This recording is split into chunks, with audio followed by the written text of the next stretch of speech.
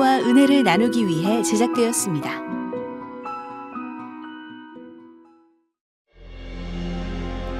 믿음의 조상 아브라함, 약속의 사람 이삭,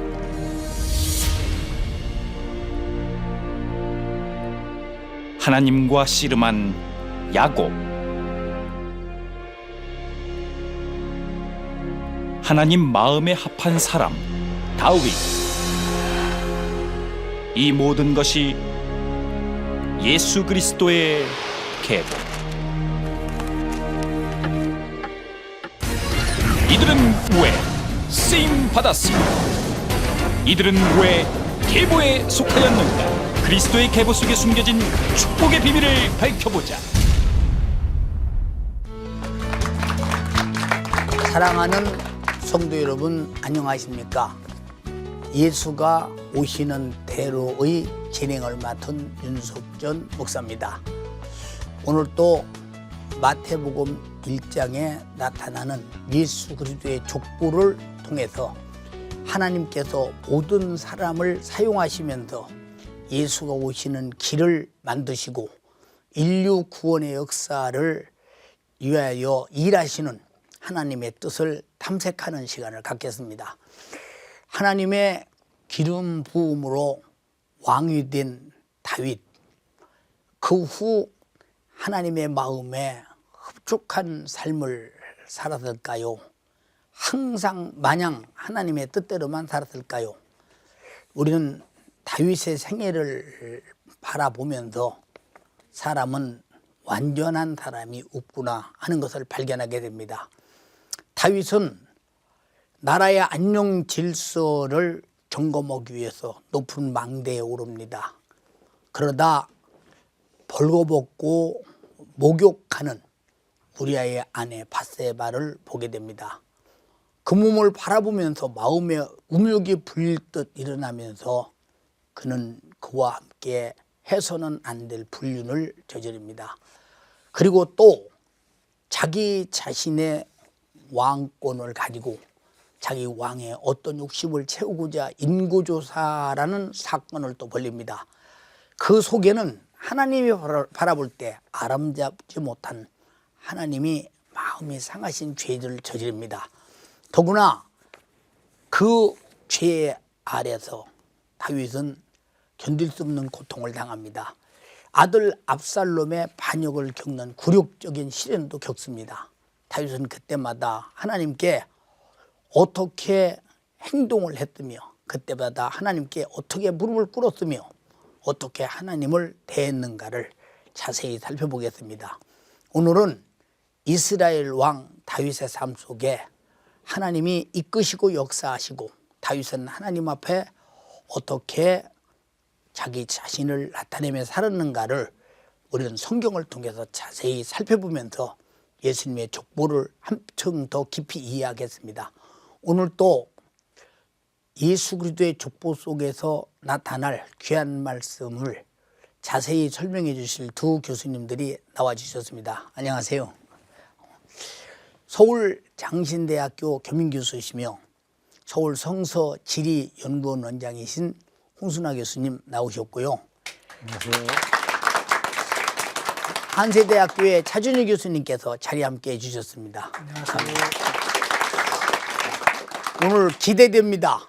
두 교수님의 말씀을 통해서 하나님의 은혜가 족보 속에서 예수 그리스도라고는 속사를 드러낼 때 아주 우리는 그 속사를 바라보면서 큰 기대에 넘쳐날 것을 의심치 않습니다.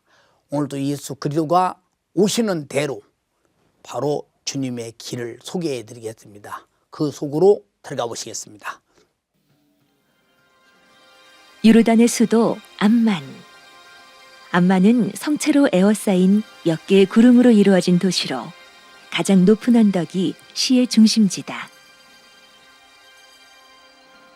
암만에는 우리아가 암몬 족속과 싸우다 죽은 라빠성 유적이 남아있는데 당시 라빠성은 암만의 중심에 있는 암만 성체였다.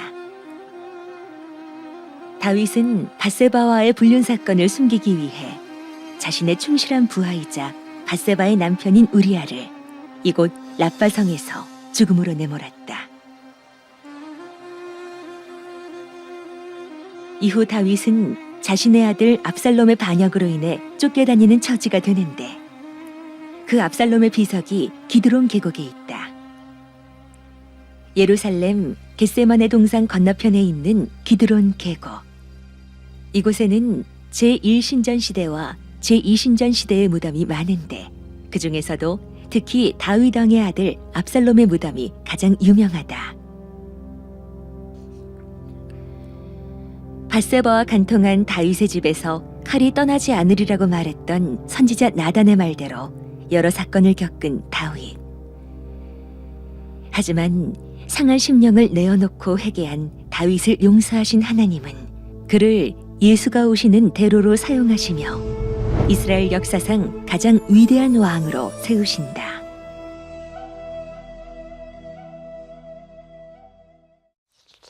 화면 속에서 여러분들은 왕이 된 다윗의 일생 여정을 실감나게 보셨습니다. 왕이 된 후 다윗은 많은 땅을 정복했습니다. 이것은 자기 능력으로 정복한 것이 아니라 전쟁에 능하신 하나님이 다윗의 왕의 나라의 지경을 넓히셨습니다. 이것은 바로 우리 하나님이 계신 곳에는 언제나 하나님의 능력 안에서 지경이 넓어진다고 하는 것을 오늘날 우리에게 보여주고 있습니다. 그리고 다윗이 땅이 지경을 넓힌 이 정복된 땅들이 어떤 곳들인지 우리 홍순아 교수님을 통해서 말씀을 자세히 들어보겠습니다. 다윗이 정복한 지역을 요즘의 나라로 말씀을 드려야 될 것 같습니다. 요즘의 나라로 이야기하면 이스라엘과 그리고 레바논 그리고 시리아 그리고 요르단 이 네 개의 나라의 대부분이 바로 다윗이 정복한 지역입니다. 먼저 이 땅의 의미를 생각해 보면 첫째는 여호수아가 말년에 안타까운 얘기를 했습니다. 인생을 마치면서 우리가 정복해야 되는 땅 중에 남은 땅이 있다. 미수복 지역이 있다. 그 지역을 후손인 다윗이 다 정복했습니다. 두 번째, 그 땅이 왜 중요하냐 하면 하나님께서 아브라함과 모세에게 주신다고 약속하신 땅, 그 땅이 거의 대부분이 바로 다윗이 정복한 겁니다. 물론 뒤에 솔로몬이 시리아 북쪽 지역을 조금 더 정복해서 하나님의 약속이 완전히 이루어지게 했지만 다윗이 정복한 지역에 조금 더 합친 것밖에 되지 않습니다. 특별히 제일 먼저 정말 이스라엘 민족을 항상 옆에서 괴롭혔던 블레셋을 완전히 정복했습니다. 그리고 이제 지금 요르단 지역에 있는 에돔, 암몬, 모압 지역 그리고 북쪽으로 올라가서 지금 시리아 지역에 있는 아람 사람들 그 다음에 또 놋을 빼앗은 베로데 같은 경우는 지금 레바논의 목사님도 아시지만 베카 계곡입니다. 예. 그 지역을 다 정복했습니다. 하나님의 말씀은 누구의 것이냐? 약속을 받는 자의 것이요. 이루는 사람은 누구냐? 약속을 이루려고 점령하는 자의 것이다. 그래서 우리도 하나님의 말씀이 내 것이라면 그 말씀을 듣고 우리는 그 말씀을 붙잡고 그 말씀이 약속한 것을 점령에 들어갈 때 결국은 우리 소유가 되리라고 생각됩니다. 큰 은혜가 됩니다. 우리 차 교수님 다윗이 이렇게 하나님의 은혜로 주변을 다 이렇게 물리치고 아브라함이 약속한 땅을 다 점령해 들어가는데 예루살렘 성 안에서 아주 평안하게 이제 적이 없이 이제 아주 이제 모든 나라 중에 왕 중에 왕으로서 거할 때 하나님께서 다윗에게 유명한 다윗의 그 언약이 맺어지는데 그 언약이 무엇인지 자세히 설명해 주시면 아마 성도들이 그 언약을 자기도 받을 것이라고 생각됩니다. 사무엘하 5장에서 다윗이 북과 북이스라엘과 남왕국을 아우르는 왕이 되고, 그다음에 예루살렘 성을 정복해가지고 그것이 정치 중심지가 되고, 그다음에 6장에 가가지고 법궤를 예루살렘에 옮겨 놓으면서 이제 신앙의 중심지가 됩니다. 그리고 나서 7장에 가가지고 평화로운 시기에 다윗이 나는 백향목궁에 거하는데 하나님의 법궤를 어떻게 천막에 두겠느냐 하면서 성전을 지어드려야 되겠다. 그랬을 때 나단이 듣고 오 예스 그럽니다. 근데 그날 밤에 하나님이 노 그러시죠. 다윗에게는 성전 건축을 허락하지 아니하셨죠. 그리고 내 아들에게 허락하겠다. 그래서 솔로몬 때 와가지고 성전을 짓는 것을 허락하겠다. 그렇게 얘기해 줍니다. 그러면서 다윗의 아들이 왕이 되면 하나님은 그 아들을 입양해가지고 하나님과 부자 관계를 맺겠다고 해요. 그러면서 나는 그에게 아버지가 되고 그는 내게 아들이 되리라. 이거는 하나님과 혈족 관계가 된다는 거죠. 혈족 관계는 아무리 죄를 범해도 자식 죽이는 부모가 없습니다. 좀 매는 들어도요. 사람의 매와 인생 채찍으로 징계는 하지만 하나님의 은총은 영원히 거두지는 않겠다. 요 약속이 나옵니다. 그러면서 유명한 말이 나오는데 사무엘하 7장 16절에 내 집과 내 나라가 내 앞에서 영원히 보존되고 내 왕위가 영원히 견고하리라. 요 부분입니다. 요 16절이 다윗 언약이라 그래요. 그래서 다윗의 왕조와 다윗의 나라는 영원히 지속될 것이다. 이 약속입니다. 그래서 하나님은 다윗에게 드디어 백지수표를 발행해 줍니다. 그리고 이 다윗 언약은 이스라엘 역사를 이끌어가는 원동력이 되고 이 다윗 나라는 다윗을 통한 나라는 영원하다라는 이것이 메시아 사상으로 발전되고 이것이 신약 시대에 와가지고 예수 그리스도를 통해 가지고 성취가 되는 거죠. 아멘. 그래서 하나님의 나라 다윗의 왕국은 영원하다. 그래서 영원한 왕 예수를 미리 보여주는 아주 유명한 본문이라고 얘기할 수 있습니다. 이 족보를 안다는 것은 예수 그리스도의 계획과 섭리와 생애를 우리가 다 알 수 있는 것이고 또 오늘 시대는 경험할 수 있는 것이기에 얼마나 족보가 중요한 것인지 아마 이 프로그램을 잘 선택한 것 같습니다. 옹 교수님, 다윗은 그 아람 지역 그 사람들이 사는 곳까지 함락시켰고 보면 사실 그때 이스라엘의 그 통일된 왕국의 왕으로서 대단한 그 소위 말해서 그 국력이 얼마나 대단했던가를 뭐 가히 짐작할 수 있는 그런 일입니다. 이것은 하나님께서 믿음의 조상 아브라함께서 아까도 제가 말씀드렸습니다마는 주고자 하는 땅 대부분을 뭐 차지했지요. 그렇다면 이 아람 사람들은 누구며 그들이 사는 땅은 어딘가 아까도 잠깐 말씀 주셨는데 좀 자세히 말씀 주시면 성도들 이해가 크겠습니다. 이제 아람족이 어디 살았냐고 하는 것은 굉장히 넓은 지역입니다. 족속으로 따질 때는 예를 들면 하란이 있는 지역은 바단 아람이라 그랬습니다. 아람족이 거기까지 살았던 것은 맞고 그것은 너무 좀 복잡해지고요. 그 다윗 시대의 아람 지역은 주로 어디였느냐? 지금 시리아 지역이었습니다. 요즘 시리아 사태 때문에 전 세계가 아파하고 늘 참 안타깝게 바라보고 있는데 그래서 이 아람이라고 하는 사람들은 자기네 도시 앞에 그 아람을 붙였습니다. 그래서 우리가 잘 아는 다메섹 있지 않습니까? 사도 바울 때문에 유명한 그 다메섹은 아람 사람들의 땅이기 때문에 아람 다메섹 또는 다메섹 그랬습니다. 그 다음 또 그 지역에 소바 그럼 아람 소바. 그러니까 이 아람 지역은 그 지금 시리아 지역을 의미합니다. 그런데 이들을 다윗이 정복했을 때는 참 편안했는데 남북이 분열될 때 이 아람 사람들이 남쪽 북쪽을 얼마나 괴롭히고 또 남북이 서로 그쪽 군사력을 이용해 가지고 그 뇌물을 주고 쓰고 이런 그 비극적인 곳이 되었습니다.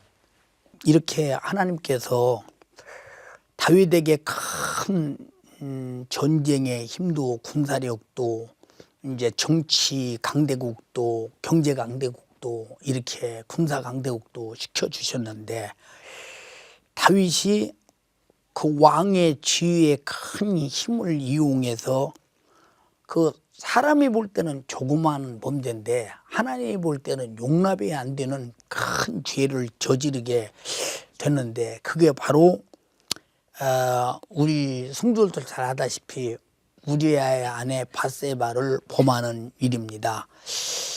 참 안타깝습니다. 잘 가다가 왜 이렇게 추락되는지 싶은 생각 때문에 최 교수님께서 이 과정을 좀 설명해 주시면 좋겠습니다. 그러니까 우리아가 암살당하고 난 다음에 다윗은 그의 아내 밧세바를 이제 아내로 맞아들입니다. 그게 사무엘하 11장에 나오는 사건인데 사무엘하 11장 맨 마지막에 이렇게 언급이 돼요. 그 장례를 마침에 다윗이 사람을 보내 그를 왕궁으로 데려오니 그가 그의 아내가 되어 그에게 아들을 낳으니라. 다윗이 행한 그 일이 여호와 보시기에 악하였더라. 끝. 이렇게 끝납니다. 단순히 그냥 이 사무엘하 11장 내용을 보면은 그냥 궁중 비하, 궁중에서 그런 일이 있었다. 그리고 끝났다. 이렇게 보이는데 마지막 구절이 중요해요. 여호와 보시기에 악하였다. 요 한마디입니다. 이게 굉장히 의미심장한 말입니다. 다윗은 최고의 권력자였어요. 권력을 동원해가지고 완전 범죄를 시도했습니다. 그러나 다윗은 10계명 중에 3가지 죄를 범했어요. 7계명 간음하지 말라. 그 다음에 10계명 남의 아내를 탐내지 말라. 그 다음에 6계명 살인하지 말라. 다윗은 아무도 모르게 은폐했지만 하나님은 다 알고 계십니다. 그로 인해서 밧세바하고 난 첫 번째 아들은 죽고 그 다음 아들이 이제 솔로몬이 태어나는데요. 이 다윗이 밧세바랑 일으킨 이 사건을 통해서 우리는 한 3가지 정도 교훈을 찾는데요. 첫 번째는 아무리 성군 다윗이라 할지라도 한순간에 이렇게 치명적으로 타락할 수 있다. 이걸 보면서 어떤 인간도 완벽하지 못하다. 인간은 한순간에 넘어질 수 있는 연약한 존재다. 두 번째는요. 통제 장치가 결여된 권력은 반드시 화를 자초한다는 거죠. 그래서 지혜로운 왕들은 그리고 지혜로운 사람들은 항상 자신 옆에 자신을 통제해 줄 수 있는 사람이나 장치들을 마련해 둡니다. 마지막 3번째는요. 하나님의 침묵이 하나님의 부재를 의미한다는 것은 아니라는 겁니다. 하나님 아무 말씀도 안 하시고 여호와 보시기에 악하였다. 이 한마디 무서운 말인데 하나님이 말씀이 없다고 모르시는 것이 아니고 침묵이 부재를 뜻하는 것도 아니고 침묵이 그리고 하나님의 무지를 말하는 것도 아닙니다. 하나님은 항상 우리를 지켜보고 계신다. 말없이 지켜보고 계신다. 이 사실을 우리가 기억해야 될 것 같습니다. 다윗이 이 왕위 기간 동안에 겪은 고난들 중에서 가장 큰 것이 바로 아들 압살롬의 반역입니다. 참 이것은 아들이니 그 생각하기조차도 참 힘든 일입니다. 홍 교수님 일단 그 압살롬의 반역 때 다윗은 뭐 자기 왕자를 이렇게 떠나서 피신하고 도망갈 정도로 됐다고 한다면 아마 죽음을 방불할 만한 반역인 것 같은데 다윗이 왕의 그 채통을 가지고 어디로 피신을 했을지 그것도 참 모든 백성이 보는 자리 앞에서 아마 조롱이나 되나 싶고 피난처의 경로가 우리가 알면 성지순례 가서 다윗이 이렇게 아들의 반역 속에서 이렇게 피신한 자리구나 하면서 아마 많은 순례객들이 이해가 되리라고 생각됩니다. 다윗이 도망갈 때 감난산 길로 도망갔다고 되어 있습니다. 근데 우리가 주의할 것은 요즘은 감난산 그러면 목사님 가보셨지만 겟세마네 동산 그 언덕 그곳을 감난산이라 그러는데 엄격히 말해서 감난산이라 그러면요 그 히브리 대학이 있는 스코프스산에서부터 멸망산까지 길이로 따지면 한 3.5km 정도 되는 일종의 작은 산맥입니다. 근데 우리는 고정 개념이 감난산 그러면 자꾸 그 주기도문 교회에 있는 거기만 생각하기 때문에 그쪽으로 간 것 같은데 그렇지 않고 감난산길이라는 뜻은 그렇게 넓은 지역입니다. 그리고 그의 행로를 추적해 보면 그 이제 북쪽으로 올라갔다가 여리고 쪽 길로 갑니다. 그래서 이제 그가 어디를 지나갔냐면 하나님을 경배하는 마루턱을 지나갔다 그랬는데 그 노브로 추정되는 그 지금 히브리 대학이 있는 그 스코프산 그 북쪽으로 올라가서 그쪽에서 동쪽으로 가서 여리고 앞을 지나갔습니다. 그래서 그가 요단강을 건너가는데 그 요단강을 건넌 그 부근이 바로 출애굽했던 이스라엘 민족이 요단강을 건넌 그 부근입니다.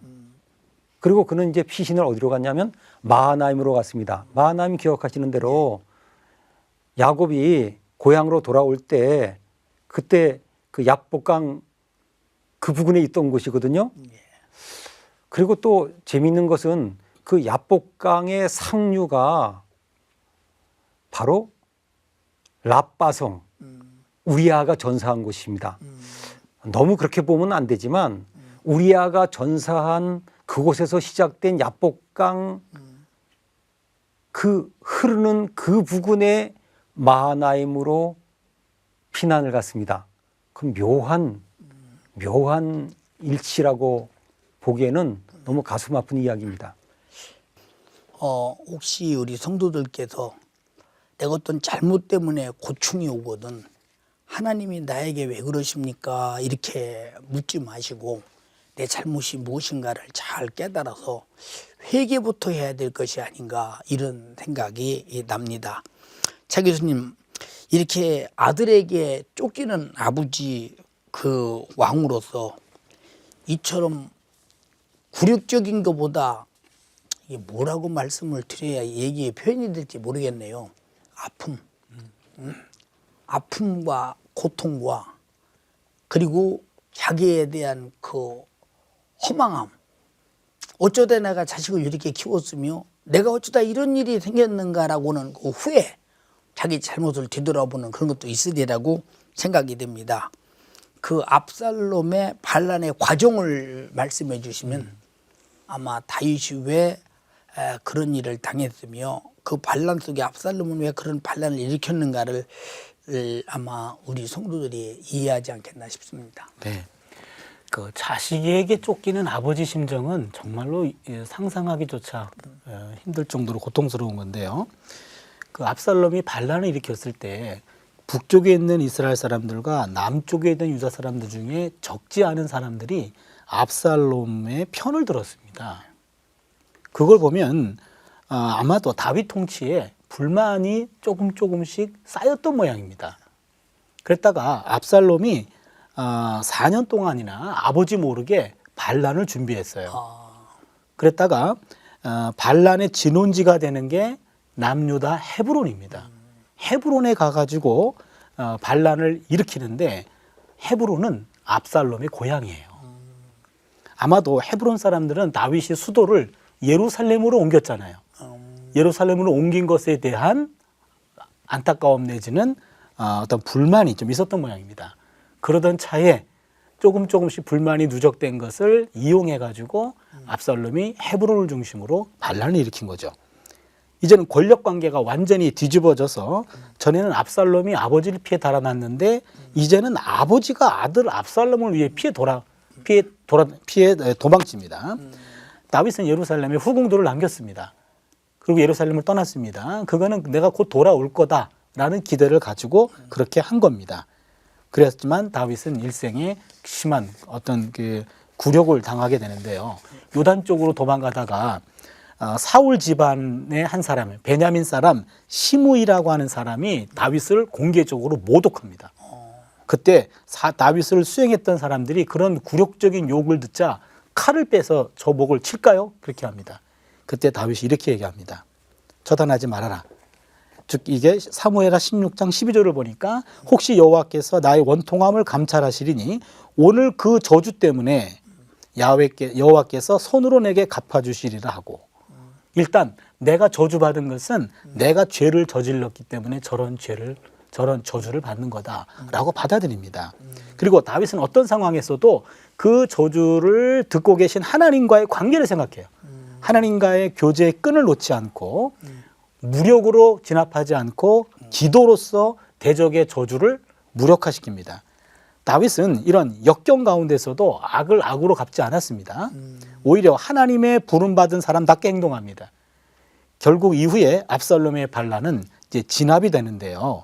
여기서 우리가 이 한 가지 배울 것은 아들에게 쫓기는 절대 어떤 절명의 순간에도 다윗은 굴욕적인 처사를 당한다 할지라도 요동하지 않고 하나님께 기도한다 이런 얘기죠. 이때 다윗이 드린 기도가 시편 2편에 나와 있죠. 다윗이 압살롬에게 쫓길 때 지은 시. 이 정도로 다윗은 어떤 상황에서도 기도로 대응했다는 얘기입니다. 일단 반란 사건에서 자신의 잘못을 부인하지 않고 어느 정도 인정합니다. 그리고는 하나님께 기도로 위기를 새롭게 돌파하는 그런 모습을 보게 되죠. 아마 오늘 시청자들이 내가 다윗처럼 교만한가? 나는 물질의 복을 받았다. 환경의 복을 받았다. 자식의 복을 받았다. 남편의 복을 받았다. 난 태평성대하다 해서 그저 예배도 안 드리고 때로는 자기 해서는 안 될 일도 오고 정욕의 욕구도 채우고 사치하고 향락하고 쾌락을 즐기며 이런 사람이 있다면 하나님이 무서운 매를 들기 전에 빨리 무릎을 꿇어야 되지 않을까 해서 그들에게 주시는 오늘의 메시지가 아닌가 이렇게 싶습니다. 역시 예수의 족보는 항상 주님의 목소리가 들립니다. 차 교수님 말씀 참 은혜로웠습니다. 홍 교수님, 다윗은 믿음도 이렇게 과거에 많이 보이고 선왕이었고 이렇게 북이스라엘이 우리 왕이 되어달라고 할 만큼 참 많은 사람들의 그 지지도 받던 그런 왕이었지만 동시에 타단지석이 되는 그 죄들도 많이 저지른 걸 봅니다. 그중 하나가 인구조사인데 뭐 인구조사는 나라가 다 하는 것 아닌가 싶습니다. 예수님 시대도 인구조사를 했는데 근데 홍 교수님 그 인구조사가 뭐 때문에 어떻게 이루어졌는지 설명을 좀 들으면 다윗의 위치가 드러날 것 같습니다. 예, 그 다윗이 그 인구조사를 명령했는데 이렇게 보면 그의 왕국을 사방으로 돌면서 그 인구조사를 했는데 그 지역을 살펴보면 재미있습니다. 그는 시작을 어디서 했냐면 아로엘에서 시작됐습니다. 근데 이 아로엘이라고 하는 장소는 성경에 여러 곳이 나옵니다. 여기서 말하는 아로엘은 지금 요르단 땅 그 아르논 강이라고 있지 않습니까? 예. 그 옆에 가면 아로엘로 보는 장소가 있습니다. 그 지역에서부터 시작을 했습니다.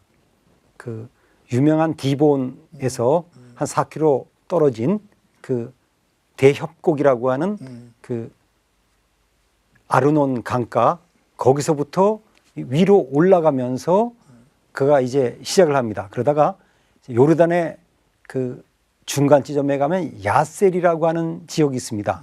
그 지역에서 인구 조사를 하면서 또 북쪽으로 계속 올라갑니다. 그래가지고 이온이라고 하는 곳으로 갑니다. 이 이온은 지금의 레바논 남쪽에 있는 산악지대에 있는 아주 그 교통의 요지입니다. 동서남북 교통이 요지인 곳에 가가지고 그쪽을 이제 조사했습니다. 그쪽을 조사하고 나선 서쪽으로 돌아가가지고 그 우리가 잘 아는 유명한 두로와 시돈할 때 두로 지역에 가서 이제 남쪽으로 쭉 내려와가지고 이제 부엘셰바까지 가게 됩니다. 우리가 아시는 대로 부엘셰바라 그러면 이스라엘을 단에서부터 부엘셰바라고 하기 때문에 정상적인 영토의 마지막까지 그래서 이제 동쪽으로 가서 북쪽으로 갔다가 서쪽으로 갔다가 남쪽으로 내려오는 그 지역을 돌면서 자기 왕국의 제일 중요한 아람 지역을 제외한 지역을 다 인구 조사를 시켰습니다. 그 왜 그랬는지 참 의문이 가지만 뭐 저는 그래요. 자기 땅을 확인하고 싶은 마음은 확실하지 않을까 그 생각합니다. 근데 인구조사를 이제 하게 된 의미가 있지 않겠습니까? 우리 차 교수님께서 그 다윗이 인구조사를 행한 그 의미가 있을 텐데 하나님은 인구조사는 다윗에게 어떻게 하셨는지 그 부분 설명해 주시면 인구조사가 뭐 때문에 이루어졌는지를 알 것 같습니다. 사무엘 상 24장에 보면은 1절에 다윗의 인구조사에 대해서 부정적인 평가가 나옵니다. 그러니까 인구조사는 잘한 행동은 아니었죠. 그 당시 보통 세 가지 의도를 갖고 있는데 첫 번째는 세금을 부과하기 위해서, 두 번째는 강제 노역을 부과하기 위해서, 세 번째는 군대 징집의 의도가 있었습니다. 그러니까 어느 것을 봐도 다 왕의 욕심이에요. 뭔가를 거두기 위해서 그렇게 했기 때문에 인구조사는 부정적으로 평가됩니다. 요압에게 명령을 내렸더니 요압 장군이 처음에는 거부했습니다. 그러나 다윗이 너무나 강하게 얘기했기 때문에 인구조사를 할 수밖에 없었습니다. 인구조사를 하고 나자마자 다윗은 후회해요. 그리고 회개합니다. 이게 아주 재밌는 부분인데요. 그 마음에 자책하고 다윗이 여호와께 아뢰되 내가 이 일을 행함으로 큰 죄를 범하였나이다. 여호와여 이제 간구하옵나니 종의 죄를 사하여 주옵소서. 내가 심히 미련하게 행하였나이다. 지금 다윗의 인구조사 이 본문에서 보면요, 다윗의 장점은 순백의 무죄함에 있지 않아요. 그 사람은 깨끗한 사람이다. 그게 장점이 아니고 죄를 지을 때마다 즉각적으로 인정회개. 인정회개야. 이 부분이 다윗의 장점입니다. 인간 다윗은 죄와 무관하지 않습니다. 다윗은 늘 잘못하고 그것에 대해서 후회하고 회개합니다. 그리고 고백합니다. 그러나 회개는 그렇게 단순히 입술로만 고백한다고 끝나는 게 아니거든요. 이게 큰 죄였기 때문에 이 군주의 인구조사에 대한 그 죄값을 치러야 되는데 다윗이 선택한 것이 바로 온역이었죠. 3일 동안의 온역으로 7만 명이 죽었습니다. 주여. 엄청난 벌을 받은 겁니다. 그러나 온역의 심판은 중간에 하나님의 자비로운 뉘우침으로 갑자기 중단됩니다. 어디서 중단되냐면 예루살렘의 한 장소에서. 그게 아라우나 타작마당이죠. 그러니까 그곳이 성지가 됩니다. 심판을 막은 장소가 되죠. 그것이 나중에 성전 터가 되는 거고요. 그래서 다윗은 이때 회개하면서 또 주의 손으로 나와 내 아버지와 집을 치소서. 차라리 우리를 죽이십시오. 이런 식으로 또 회개합니다. 다윗은 온갖 상처와 흉터와 그리고 실패로 점철된 인간이었습니다. 그렇지만 다윗은 용서받을 수 있었고 용서받음으로 새로운 생명의 힘을 얻게 되었습니다. 다윗은 처절한 실패 속에서 진심으로 뉘우칠 줄 아는 사람이었습니다. 뉘우침이 새로운 세계를 여는 하나의 방법이 되고 하나님은 인간의 연약함과 이렇게 상처받기 쉬운 것들을 이용해서 새로운 삶의 기회로 삼으십니다. 진정한 뉘우침만 있다면. 참 오늘 수많은 성도들이 어려운 난관 속에서 이게 왜 왔는가. 다윗은 죄를 바로 깨달았잖아요. 네.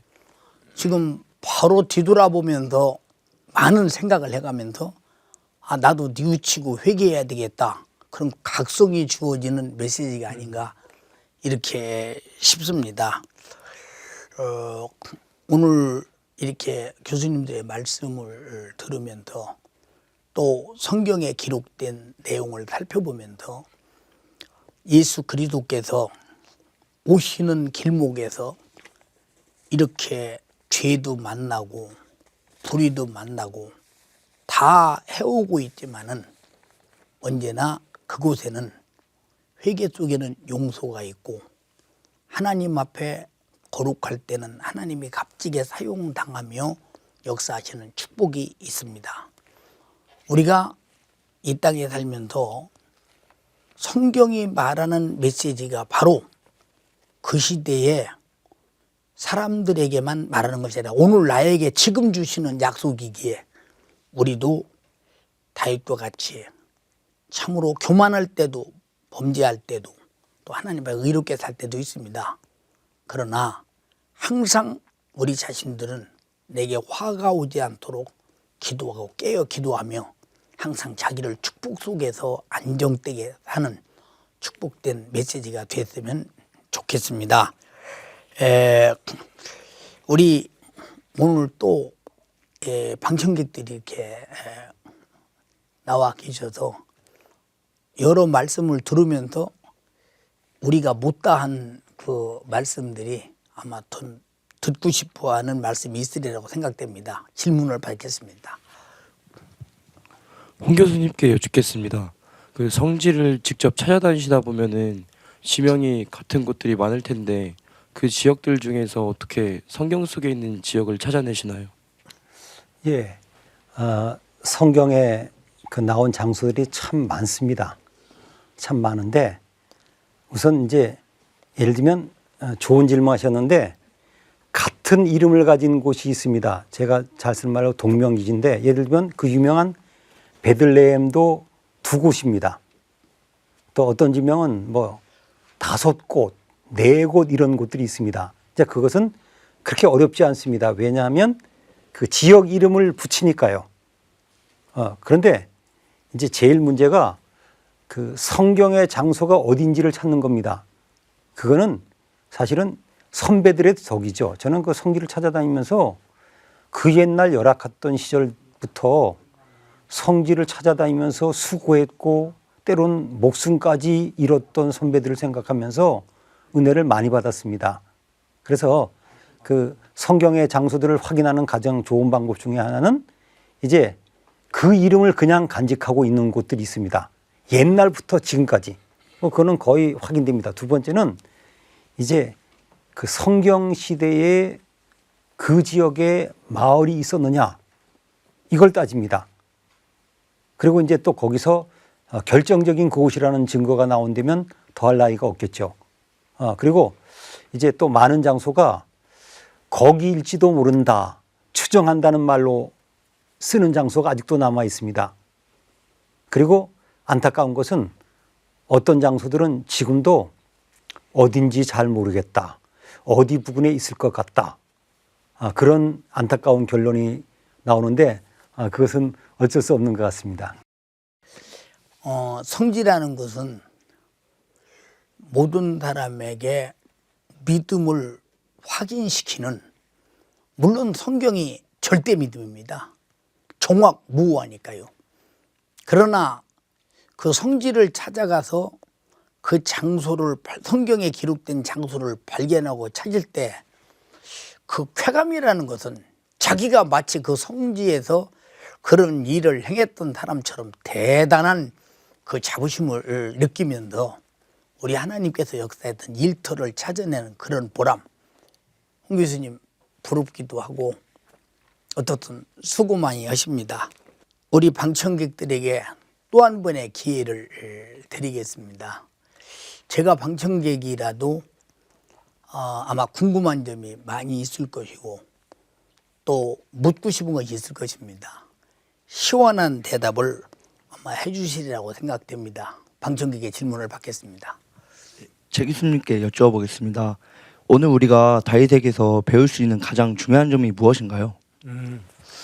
그 사무엘하 11장에 밧세바를 범한 사건이 있었죠. 그때부터 이제는 다윗의 흑역사가 시작되는 건데 11장에서 죄를 범하고 12장에서 나단이 그 죄를 지적합니다. 다윗에게. 그때 그 지적을 당했을 때 다윗은 즉각적으로 회개합니다. 저는 이 모습이 다윗에게서 우리가 눈여겨보아야 될 대목이에요. 그 이후에도 다윗은 인간의 죄성과 인간의 연약성 때문에 계속해서 실수하고 그다음에 실책하고 그리고 죄를 저지르곤 합니다. 그러나 그때마다 깨달을 때마다 즉각적으로 회개를 했어요. 변명하지 않고. 바로 이 점이 우리가 다윗에게서 배워야 될 대목이 아닌가. 다윗의 유명한 회개, 밧세바를 범하고 난 다음에 나오는 회개의 시, 참회의 시라고 시편 51편에 기록되어 있습니다. 거기도 보면 자신의 죄를 진정으로 회개한 모습을 보여요. 그래서 저는 잘 나가는 성군 다윗보다도 진정으로 회개하는 다윗의 모습에서 인간적으로 더 어떤 큰 은혜를 느낍니다. 오늘 교수님 말씀 이렇게 들으면서 그 다윗의 교만과 겸손의 오르내림을 보면서 아마 많은 성도들이 자기 영적인 처세를, 신앙의 처세를 다시 한번 가다듬으며 새로운 길을 찾지 않았겠나 싶습니다.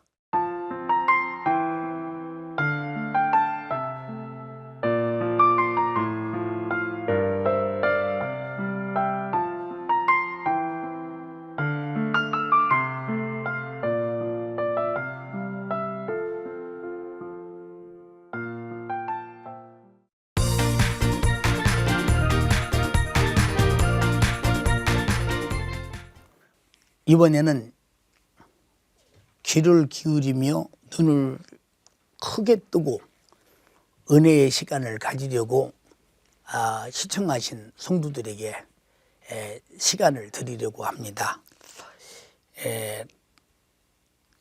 다윗에게 반역한 아들의 이름은 무엇일까요? 퀴즈 문제입니다. 다윗에게 반역한 아들의 이름은 무엇일까요? 이에 대한 답을 지금 아래 나가는 주소로 기록해 주시면 추첨을 통해서 제가 쓴 책과 두 교수님들이 기록한 은혜로운 저서를 선물로 드리겠습니다. 빨리 써서 보내주시기 바랍니다.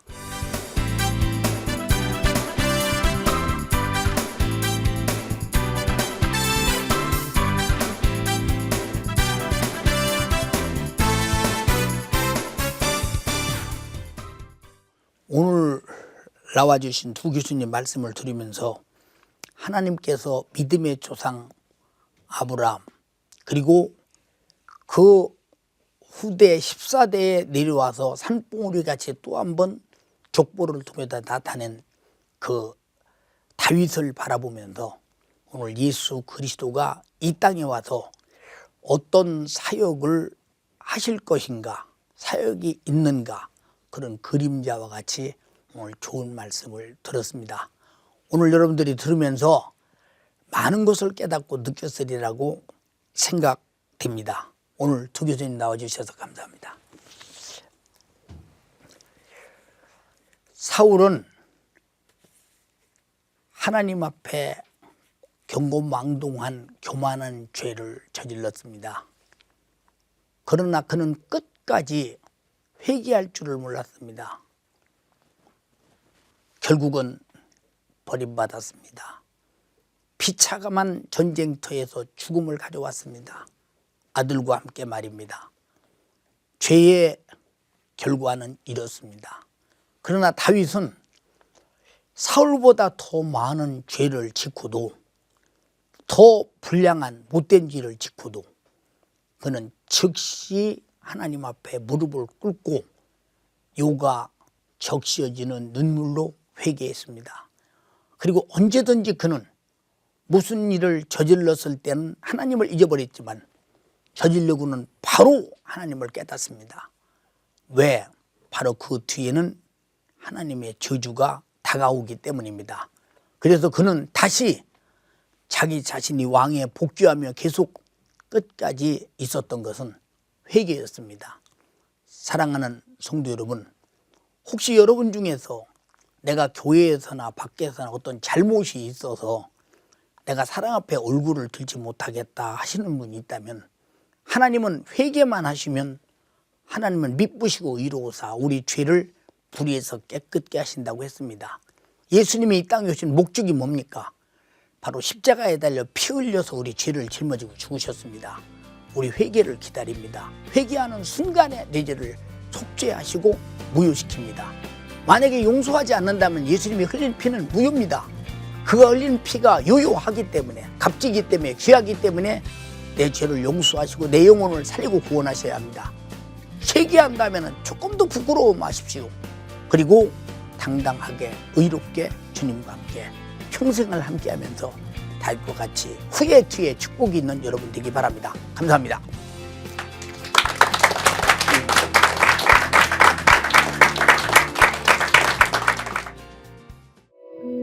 이 방송을 보시고 영상선교에 참여하실 분은 ARS 060-800-1111번을 눌러주세요.